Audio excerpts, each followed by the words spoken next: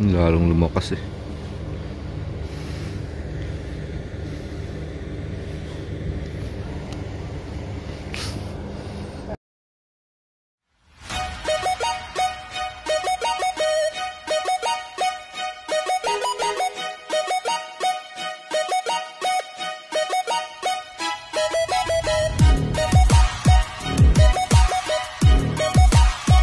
Time check muna tayo mga kababayan, alas 11 ng umaga dito sa amin sa Ontario, Canada, year 2022. Bagong taon na po tayo mga kababayan. At sana po sa buong taon ng 2022, lahat po tayo ay good vibes lamang mga kababayan.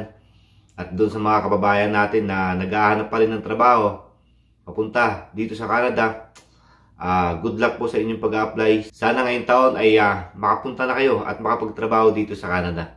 Pasensya na po kayo at lately hindi ako nakakapag-upload ng mga video or hindi ako nakakapag-update ng mga hiring or mga trabaho na pwedeng applyan ng mga kababayan natin papunta dito sa Canada.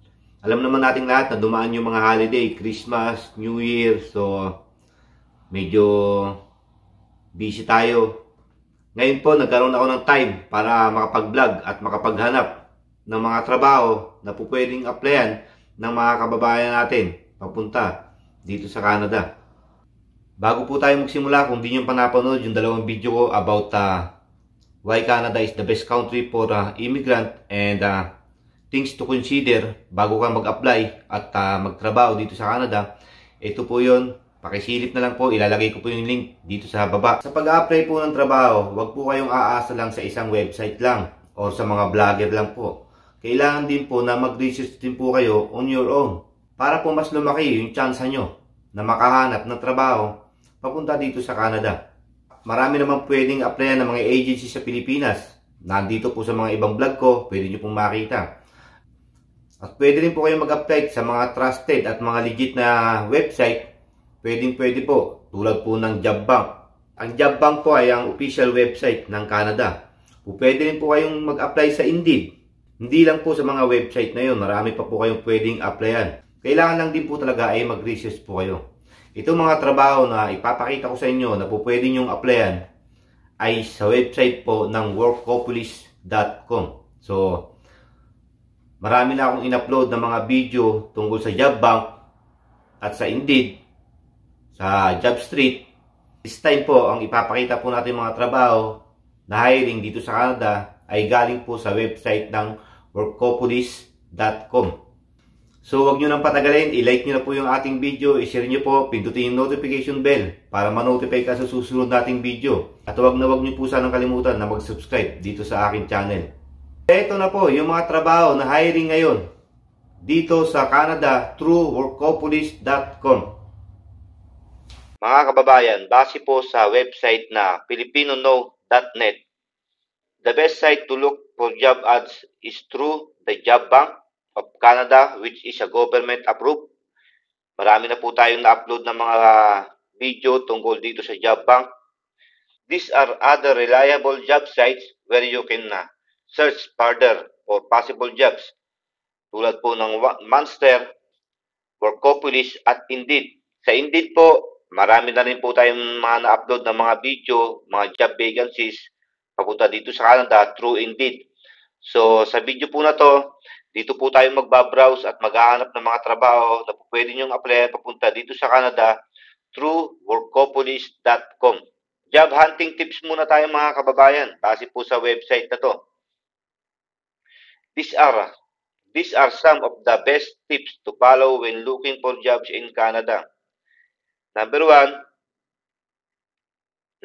create an impressive resume that fits the standard resume in Canada. Ibig sabihin po mga kababayan, dapat po ang inyong resume na ipapasa sa mga employer ay naka-Canada format na po.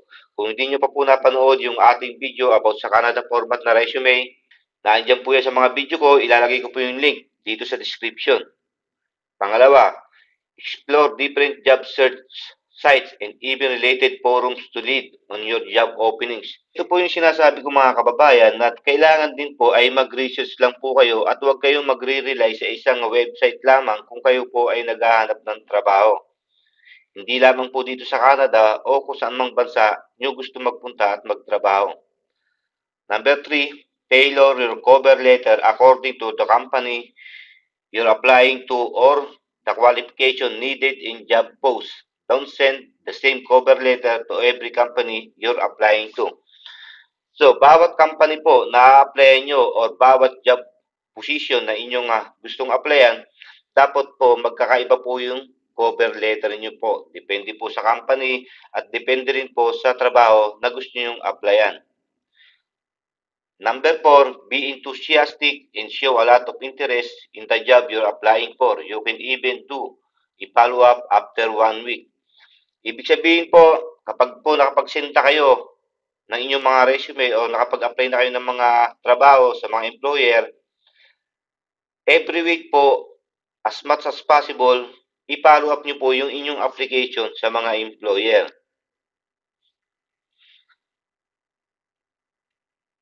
Number 5, set up an online resume on LinkedIn and other similar social sites to increase your online presence.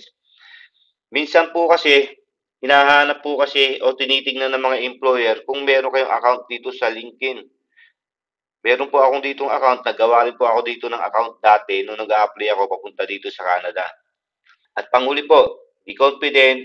It's important to sound confident when expressing your interest in a job so they know that you're qualified and determined to getting the job. So during interview po, kailangan po talaga tiwala lang kayo sa sarili nyo, confident lang kayo, huwag kayong kakabahan.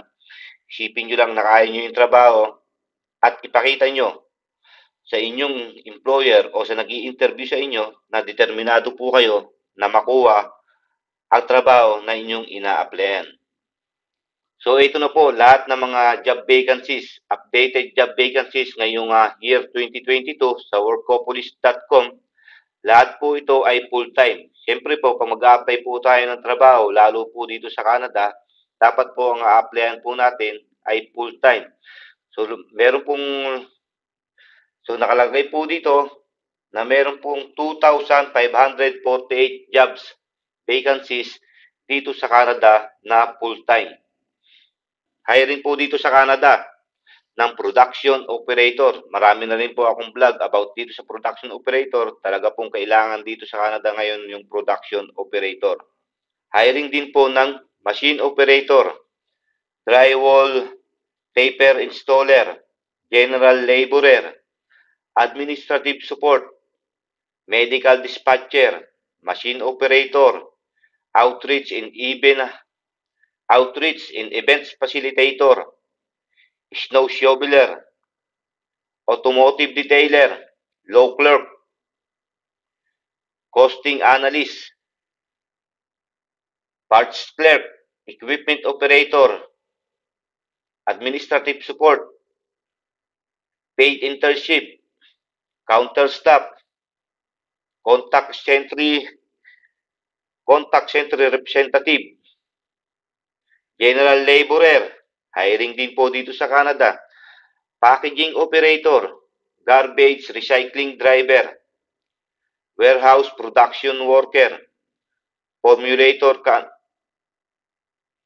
babysitter or mga nani, hiring din po, data analyst, extrusion operator, equipment operator, bell field representative, assembly team member.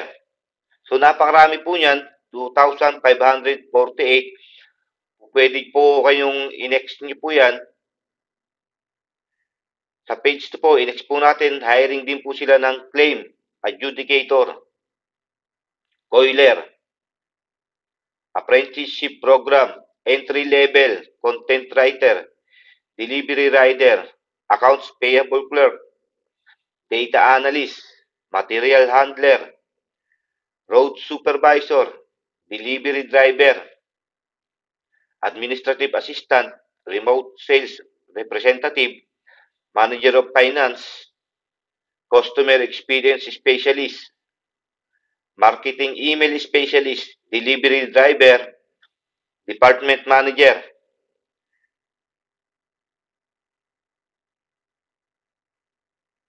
herd attendant, graduate student representative, dispatcher, general laborer, herd attendant, customer service, administrative support, vaccination site staff, veterinary assistant, farm worker. Napakarami pong hiring na farm worker dito sa Canada. Ito, isa po ito sa pinakamadaling applyan papunta dito sa Canada, mga kababayan. Assembly team members, general laborer, tent installer, material handler.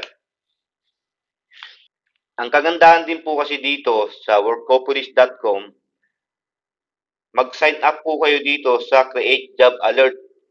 Ilagay nyo lang po dito yung inyong email address, mag-sign up po kayo, at every time po na mayroong bagong hiring na depende sa posisyon na inyong ina-applyan papunta dito sa Canada, ay mag-i-email po sa inyo yung Workopolis para po malaman ninyo na mayroon na namang hiring, na bago na namang hiring dito sa Canada, depende po sa job position, na inyong ina-applyan. Importante rin po yan na mag-sign up po kayo dito. So, napakaraming hiring, mga kababayan, hindi po ba? So, ilalagay ko po yung link ng website na to dito sa description. Pwede nyo pong i-next na lang bawat page itong mga hiring na to para po mahanap nyo yung tamang trabaho na sakto sa inyong mga experience or yung mga trabaho po na gusto nyong applyan. For example, gusto nyo mag-apply dito sa farm worker, i-click nyo lang po yung farm worker na yan. Makikita nyo po dito na ang sahod po ay 18 to 25 Canadian dollar per oras. Ang employer po ay ang Keebler Farms.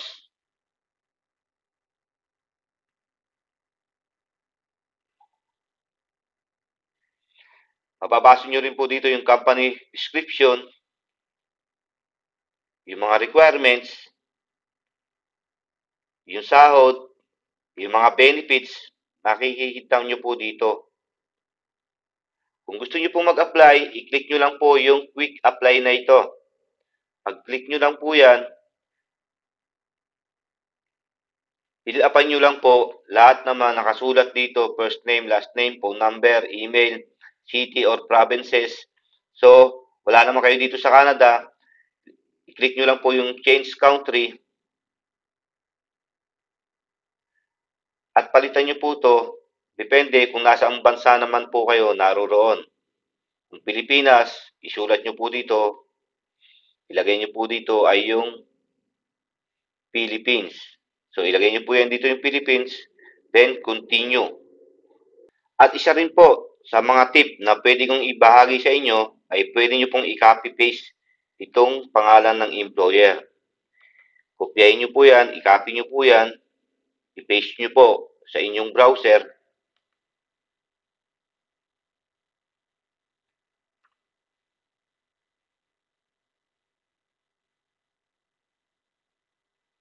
I-click nyo lang po yung kanilang website. Ito po, makikita nyo po dito yung website ng Keebler Farms. So, nag-apply na kayo sa Workopolis sa hiring ng Keebler Farms bilang farm worker, pwede rin po kayo mag-apply dito sa mismong website nila. Makikita nyo po dito yung contact. Click nyo lang po yung contact na yan, mga kababayan. Makikita nyo po dito name, email, phone number, subject, at i-message nyo lang po yung mismong employer at isend nyo po. Ganun lang po kasimple. Pwede rin po kayong magpasa ng inyong resume sa mismong email address ng employer. Ito po yun. So, isend nyo lang po yung inyong resume dyan. Bukod pa na nag-send din kayo ng application doon sa workopolis.com. So, isa po yan sa mga pwede nyong gawin na technique every time na mag-a-apply po kayo ng trabaho papunta po dito sa Canada. Mas maganda po na mag-send din kayo mismo. Ng resume directly doon sa mga email address at website mismo ng employer. Bukod sa nag-apply na kayo, at nagsenda kayo ng inyong mga resume doon sa mga website na pinasahan ninyo. Hiring din po ng line cook, prep cook, office administrator, window and door installer, coordinator of client, pharmacy assistant, building and records clerk, farm worker, frontline facilitator, learning and development specialist, service technician, factory worker, account coordinator, technical support agent, factory worker, warehouse worker, general laborer, team member, personal support worker, ophthalmic assistant, screener, support staff, administrative assistant, coiler, production and deliveries, driver for medical patient service, cashier, customer service, drilling rig jobs. So, napakarami pong hiring dito sa Canada. So, kailangan nyo lang po talaga na mag-research, magtyaga na mag-apply. So, i-click nyo lang po yan, isa-isa, itong mga ito, hanggang sa mahanap ninyo yung tamang trabaho na gusto nyong applyan at yung trabaho na depende po sa inyong experience or kakayanan. Marami pong nagsasabi, napakahirap naman na mag-apply papunta dyan sa Canada. Totoo naman po yun mga kababayan, napakahirap po na mag-apply papunta dito sa Canada. Napakaraming rikutitos, kumbaga, napakaraming mong pipilapan, napakaraming requirements, mahaba ang proseso. Pero kung sasamahan nyo lang naman po ng konting tiyaga at dasal, kahit gaano po kahirap yan, kahit gaano po kahirap, kahit gaano po katagal, ang mahalaga, one day, makapunta ka dito sa Canada, makapagtrabaho, matupad yung mga pangarap mo na makatulong sa iyong mga pamilya. So, tiis-tiis lang mga kababayan. Ganun po talaga pag-apply dito sa Canada. Tiwala lang. Huwag kayong mawawalan ng pag-asa. Keep on applying lang. Magpasa lang po kayo ng magpasa ng mga resume. Kung may mga tanong po kayo, i-comment nyo lang po dito sa ating video at umasa kayo na gagawan po natin ng paraan na lahat yan ay mabasa at sasagutin ko po sa abot po ng aking makakaya. Hindi po ako expert sa pag-apply, hindi rin po ako expert sa pagpuproseso ng mga papeles papunta dito sa Canada. Pero sisikapin ko po na masagot ang inyong mga katanungan base po sa aking kaalaman, base po sa aking mga experience bago po ako nagpunta dito sa Canada. So hanggang sa muli mga kababayan, ako po pala si Leon Say. Huwag niyo po sanang kalimutang i-like, share this video, click the notification bell para ma-notify ka sa mga next na mga video natin dito sa Canada. At please subscribe to my YouTube channel para po patuloy pa rin po tayo na makagawa ng mga ganitong klaseng video. Muli, Happy New Year po sa inyo lahat. Maraming salamat.